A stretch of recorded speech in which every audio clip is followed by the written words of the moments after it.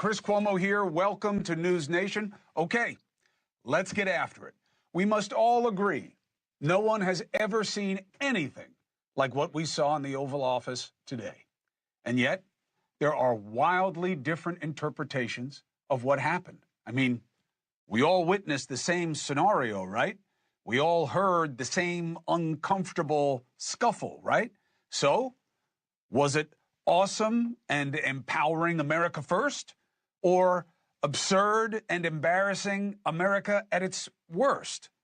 Seems everything is a Rorschach test these days, seen through the lens of party preference. But for me, the main point is that for all the outrage on all our phones and screens right now, I'm not sure if we know that anything has really changed.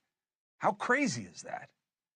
Maybe not so much in the age of Trump. It does seem our political life is now like Shakespeare's famous jab at how life is often everything and nothing at once in Macbeth.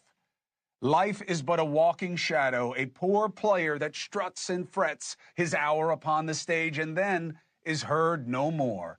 It is a tale told by an idiot, full of sound and fury, signifying nothing.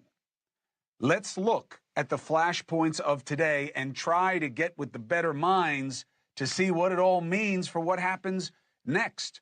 The first sign that this was not going to be as expected was the vice president, who's been a ghost since the administration started, now in full effect and clearly not a friend to Ukraine or Zelensky. The path to peace and the path to prosperity is maybe engaging in diplomacy. What makes America a good country is America engaging in diplomacy. That's what President Trump is doing. I signed with him the deal. I signed with him, Macron and Merkel, we signed ceasefire. Ceasefire. All of them told me that he will never go. We signed with him with gas contract. Gas contract. Yes, but after that, he broken this ceasefire. What kind of diplomacy, JD, you are speaking about? What do you mean? I'm talking about the kind of diplomacy that's going to end the destruction of your country. Yeah. I mean, I didn't get why the president had Jay do this, except obviously he was there to play bad cop. Now, look, trusting Putin is something without precedent of success for America. Think about it. Has he ever been an ally on everything? Anything? As a matter of fact, he did renege on the Minsk agreement, and I lived how it happened. Separatist plants working for Putin, starting attacks in eastern Ukraine. Putin then used those provocations as proof that the Minsk deal hadn't held and then invaded. That's me. Before all the drama. That's what I used to look like. And I know there are different versions of events, but I'm telling you where I was standing in Donetsk, Ukraine at that time when they shot that plane down, there were all these Russian separatists and intel officers working for Putin, okay? And they even had a guy there claiming to be the leader of the province of Donetsk, which does not exist as a standalone. I interviewed the guy. He went by the name Borowski, but he worked for Putin. It was all a plan. So, you know, JD is missing the history here, all right? But the vice president was also told he had a role here to take it to Zelensky, like this was some fringe podcast debating the state of the Ukraine military. You should be thanking the president for trying to bring an end to this conflict. Have you ever been to Ukraine that you say what problems we have? I have been to. Count one. I've actually watched and seen the stories. And do you think that it's respectful to come to the Oval Office of the United States of America and attack the administration that is trying to prevent the destruction of your country? Now look, right there, it was over, right? And there's got to be shared blame. Again, I don't know why this was JD's show. No disrespect to the VP, but it's not his portfolio, right? This was supposed to be about the president and Zelensky. So this was clearly some kind of plan. And look, Zelensky is going to have to account for where he was. He was here asking for help, all right? And I'm sure this wasn't what he expected, but he didn't really go with it in a way that made anything better, right? So You can tell from everything about this, Zelensky did not think this was about whether the U.S. was going to be in or out, but that's what it clearly became, right? And then the vice president and the president were both playing bad cop. And this was not the commitment ceremony we thought it was, with the deal signing, and here's what we're going to do, we got to try to end this. It was an airing of grievances. And it certainly seemed like Zelensky saw this as an ambush and acted that way. And multiple accounts say that Ukraine, his people, the people who were there, the people who were more than happy to leave afterwards, saw this as an ambush. You have nice ocean and don't feel now, but you will feel it in the future. God bless. You don't know that. God bless. God bless. You will not have war. Don't tell us what we're going to feel. You're right now not in a very good position. You've allowed yourself to be in a very bad position, and he happens to be right about it. From the very beginning of the war. You're not in a good position. You don't have the cards right now. With us, you start having not cards. Playing cards. Right now, you don't. Yeah, you're playing cards. You're playing cards. Serious. You're gambling with the lives of millions of people. You're gambling with World War III. You're gambling with World War III. Look, this is an entirely new American posture, okay? Just, again, to the extent that the facts matter, Zelensky never did a campaign event with Biden or Kamala Harris, okay? It's the phone call that Trump had with Zelensky that led to him getting impeached.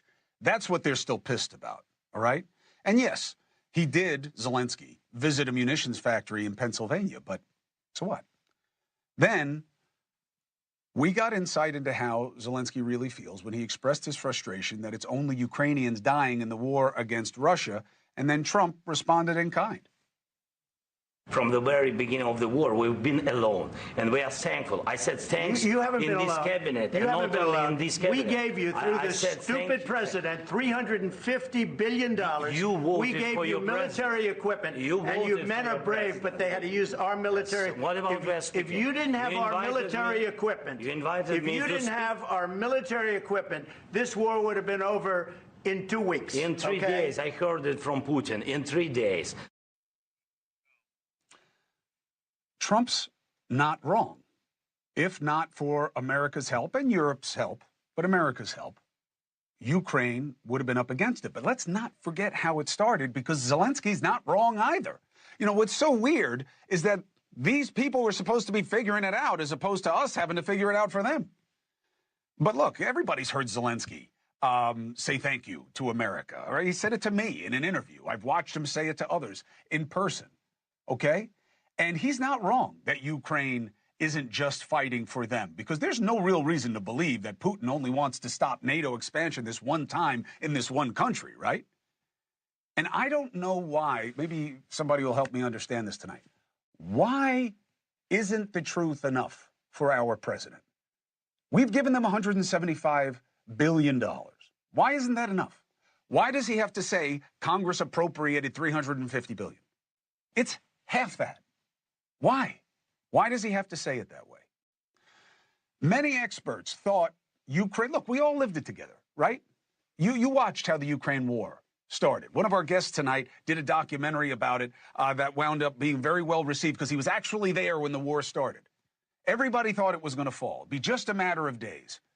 Their ability to fight off Russia was so impressive that it changed the opinion here at home and in Europe. I actually flew there on my own dime because I wanted to see what was going on there and cover it. Remember, I'd been fired. I didn't have a job. I was home. So that's when the aid started coming in. They were alone. And we're not doing what Russia is. Russia has North Korea with their back now. We don't have American fighters on the ground. You don't have European fighters on the ground. My question is, after all of this sound and fury, is peace any closer? I mean, what was the point of this? We know Putin loved it because he had his puppet leader in Russia tweet as much, Medvedev. And that's what Vance seemed to be hinting at in his next salvo.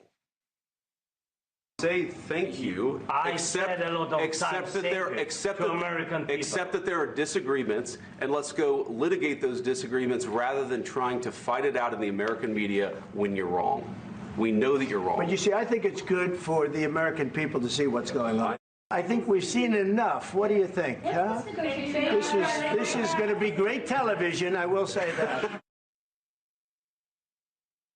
It's not great television, because the whole point is for the war to end. And I don't know how anything that just happened here helps that happen. And yes, he gave javelins, Obama didn't. It's true.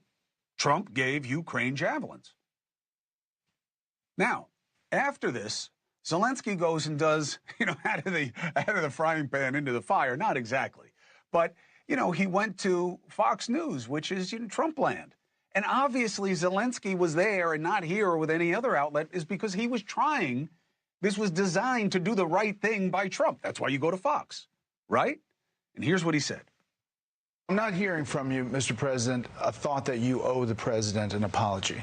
No, I respect the president and I respect American people. And I think that we have to be very open and very honest. And I'm not sure that we did something bad. If he had the opportunity to go back to the White House right now, would you do it? No. First of all, we want peace. That's why I'm in the United States. It will be difficult without your support, but we can't lose our values, our people. We can't lose our freedom. You have to admit, it's a little weird that the guy's doing an interview with what's supposed to be a fair broker in the media, and it's like he's talking to a representative of the administration. I don't hear an apology. Really? Is that what the media is supposed to be asking of the head of Ukraine? About how he feels about how he treated Trump? So, what's the reaction? It's horrible. Everywhere, okay? The left is horrified, okay? MAGA is overjoyed, okay? Trump stuck it to Ukraine. Only problem is, I thought Ukraine was the ally. It's not just that Ukraine and America are more divided now, but once again, this just examined that we are not together in this country. No way. We are not five fingers going into a fist when confronted. Hey, thanks for watching. Go to joinnn.com to find News Nation on your screen. And don't forget, click the red subscribe button below to get more of News Nation's fact-driven, unbiased coverage.